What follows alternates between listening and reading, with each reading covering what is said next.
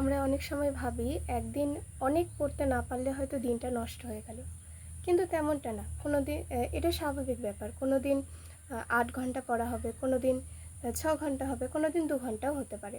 কিন্তু আমাদের যেন পড়াটা বন্ধ না হয়, যেন ধারাবাহিকতাটা মেনটেন করে আমরা চলতে পারি, সেই দিকে আমাদের মনোযোগ দিতে হবে।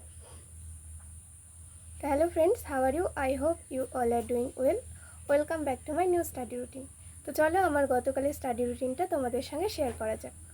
আমি প্রথমে সকালে প্রতিদিনের মতো ব্ল্যাক বুক থেকে one word substitution, synonym, antonym, idioms এগুলো পড়েছি 1 ঘন্টা মতো। তারপর আমি 1 ঘন্টা ভয়েস চেঞ্জের একটা ভিডিও দেখে খাতায় নোট করেছি। আমি গ্রামারের জন্য ইংলিশ গ্রামারের জন্য তরুণ গ্রোভার স্যারের ভিডিও দেখি। সেই ভিডিও থেকে আমি ভয়েস চেঞ্জ, ন্যারেশান, তারপর ক্লজ, আরও যেগুলো আছে সে গ্রামার আছে, যে চ্যাপ্টারগুলো আছে সেগুলোর আমি থিওরি পড়ি।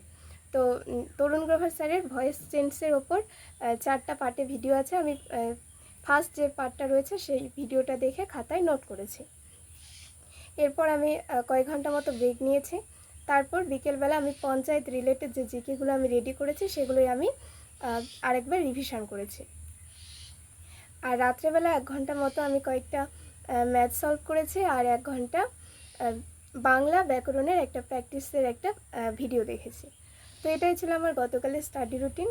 তোমাদের যদি ভিডিওটা ভালো লাগে অবশ্যই একটা লাইক করে দিও, চ্যানেলটাকে সাবস্ক্রাইব করে আমার পাশে থেকো। আজকের জন্য এতটুকুই, আবার দেখা হচ্ছে নেক্সট ভিডিওয়ে।